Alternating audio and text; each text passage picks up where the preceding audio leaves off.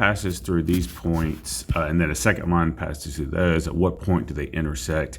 Here's what you got to do. You got to find two equations for the y-intercept and then put them equal to each other.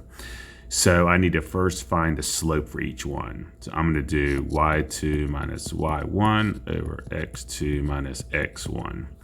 All right, so the first point is 8 minus 4 over 5 minus 1, which gives you 4 over 4, which is 1.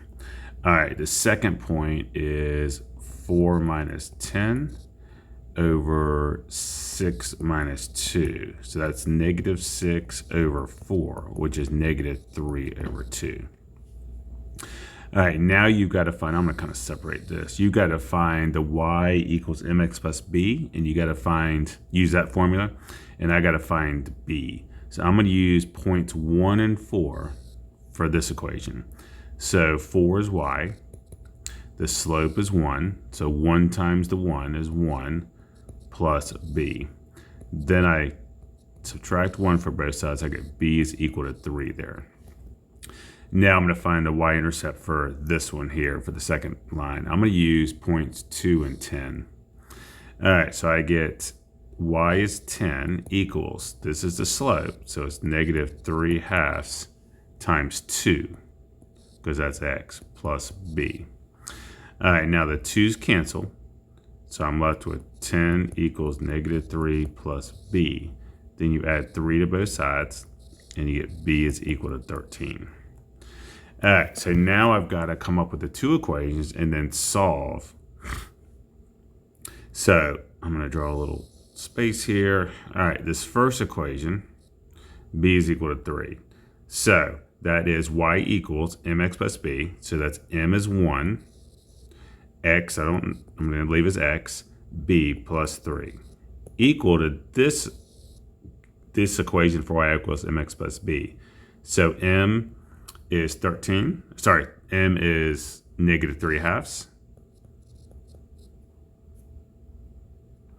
plus 13, and that's b. And it's negative 3/2 x, sorry about that. All right, now I'm going to solve for x. And once I solve for x, then I can actually probably get the answer, but then I can solve for y to make sure. I'm going to multiply everything by 2 because that gets rid of this fraction here. So 2 times x is 2x. 2 times 3 is 6 equals negative 3x plus 26. All right, now I'm going to move the 3x over, and I'm going to subtract the 6 from both sides. I'm kind of doing it all at once here. We're running out of space. All right, 3x, 2x, but I'm going to go to the top up here just to have more space. 2x plus 3x is 5x. All right, that goes bye-bye. That goes bye-bye. So 26 minus 6 is 20. Now I'm going to divide by 5, and I get x equals 4. Now at this point, I can find the answer as c because x is 4 there, and there's no other 4. But we could just make sure by plugging in 4 into an equation, one of the y equals mx plus b equations.